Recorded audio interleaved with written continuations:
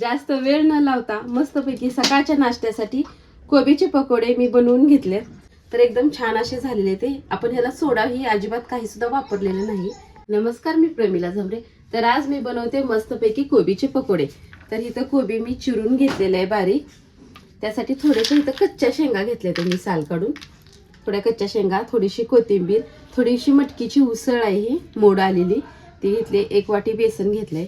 1 चमचाभर लाल चटणी घेतली, चमचाभर ओवा आहे आणि 1 चमचाभर कॉर्नफ्लॉवर घेतलेला आहे. तर ही कोबी मी धुवून घेतलेलं आहे. एका छोट्या पाटीमध्ये काढून घेतलेलं.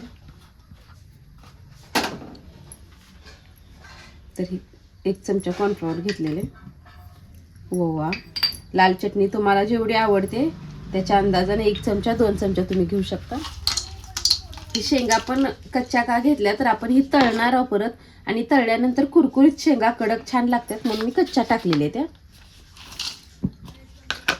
मटकी पण टाकून घेतले. एक अर्धा चमचा हळद आहे.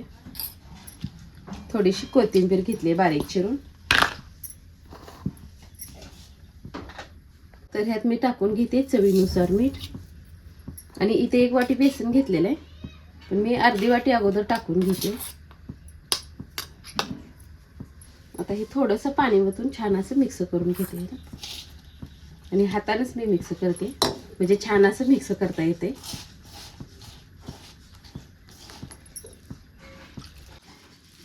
तर बघा, आता राहिलेलं पण बेसन मी ओतून घेते.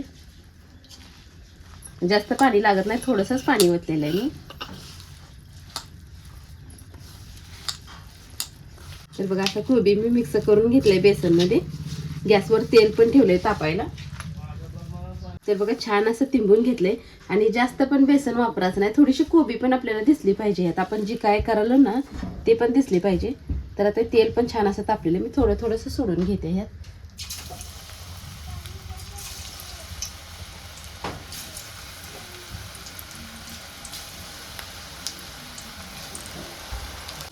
तर बघा, किती छान असं तळलेलं आहे आणि कुरकुरीत पण झालंय.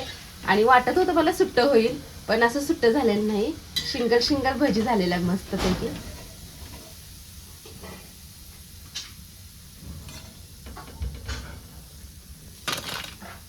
तर बघा, अशा प्रकारे मस्तपैकी मी कोबीचे पकोडे बनवलेत. तर एकदम छान असे झालेले ते. आपण ह्याला सोडा ही अजिबात काही सुद्धा वापरलेलं नाही.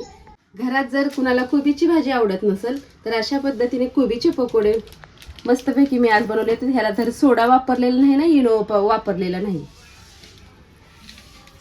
जास्त वेळ न लावता मस्तपैकी सकाळच्या नाश्त्यासाठी कोबीचे पकोडे मी बनवून घेतले.